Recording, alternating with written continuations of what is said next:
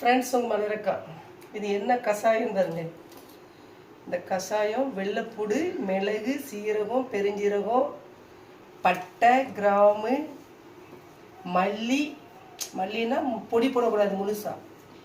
பட்டை, கிராம்பு, மல்லி, ஓமம், கருஞ்சீரகம், காணம் இவ்வளவும் போட்டு அரைச்சி அவிச்சிருக்கேன். முழுசா வறுக்கெல்லாம் ஒன்றுமே செய்யலை.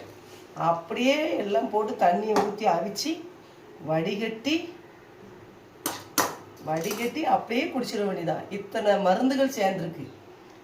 ஓமம், பட்டை, மிளகு, சீரகம், பெருஞ்சீரகம், வெள்ளைப்பூடு, 2 கிராம்பு வந்து ஹெல்த்துக்கு ரொம்ப நல்லது, அதனால கிராம்பு போட்டிருக்கு. மல்லி விதை இப்படி நிறைய பொருள்கள் போட்டு, கருஞ்சீரகம், இது காணம் கொஞ்சம் போட்டிருக்கு. இதெல்லாம் போட்டு டெய்லி ஒரு டம்ளர் இப்படி அவிச்சு குடிச்சிங்கன்னா காலு கைக்கு நல்ல ஸ்ட்ரென்த்து, கெட்ட கொழுப்பெல்லாம் வெளியேறி நல்ல ரத்தம் வந்து நல்ல ஒரு ரத்தம் ஊறும், புது ரத்தம் ஊறும். டெய்லி ஒரு டம்ளர் இப்போ ஒரு 3 நாளாக நானும் குடிச்சிட்டு இருக்கேன். தொடர்ந்து நீங்களும் குடிங்க ஃப்ரெண்ட்ஸ்.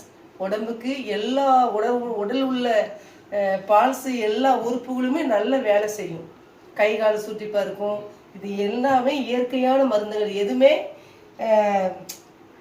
நாட்டு மருந்துகள் எல்லாமே. இதை செஞ்சு உடனே இதில் தேன்கின்னு எதுவுமே கலக்கல, அப்படியே குடிச்சிட வேண்டியதுதான்.